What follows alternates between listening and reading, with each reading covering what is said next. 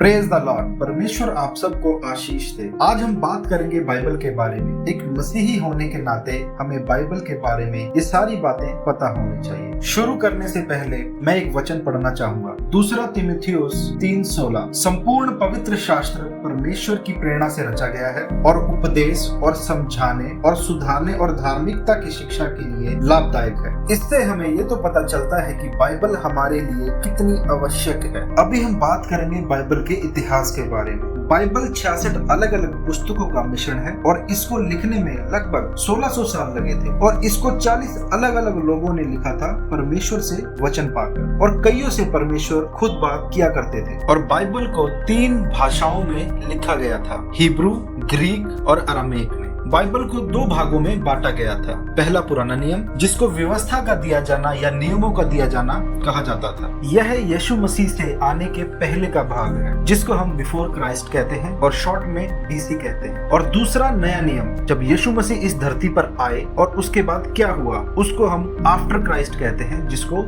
Short में AC कहते हैं। बाइबल को 3 भाषाओं में लिखा गया था, जिसमें अलग अलग समयों में किस किस स्थान पर क्या क्या हुआ था, उन सब परिस्थितियों के बारे में लिखा गया था। बाइबल को बहुत अद्भुत तरीकों से हाथों से लिखा गया था। फिर बाइबल का अनुवाद होना शुरू हुआ और इसका अनुवाद अलग अलग भाषाओं में किया गया, कि जिससे इस दुनिया में सब लोग बाइबल को आसानी से पढ़ सके। और इसके अनुवादकों को सी स्कॉलर्स कहा गया। और जब बाइबल का अनुवाद हुआ तो कई लोग आए ये देखने के लिए कि जो बाइबल हम आज अलग अलग भाषाओं में पढ़ते हैं और जिसमें से अनुवाद किया गया है उसमें कोई फर्क तो नहीं है। और उन्होंने पाया कि जो आज हम अलग अलग भाषाओं में बाइबल पढ़ते हैं और जिसमें से स्कॉलर्स ने अनुवाद किया है, उसमें और इसमें कोई फर्क नहीं है। अगर आपने बाइबल को अभी तक नहीं पढ़ा तो आज आप निर्णय लें बाइबल को पढ़ने का, क्योंकि बाइबल परमेश्वर का एक निजी पत्र है हमारे लिए, जो उन्होंने हमारे लिए लिखा। बाइबल एक बात करने वाली पुस्तक है जिसमें हमारे हर सवाल का जवाब है। बाइबल में हमारा भूतकाल,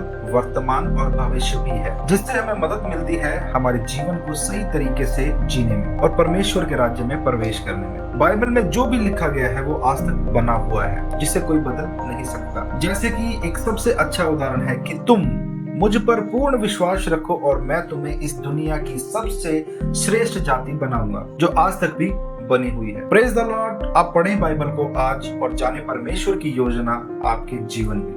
गॉड ब्लेस यू ऑल।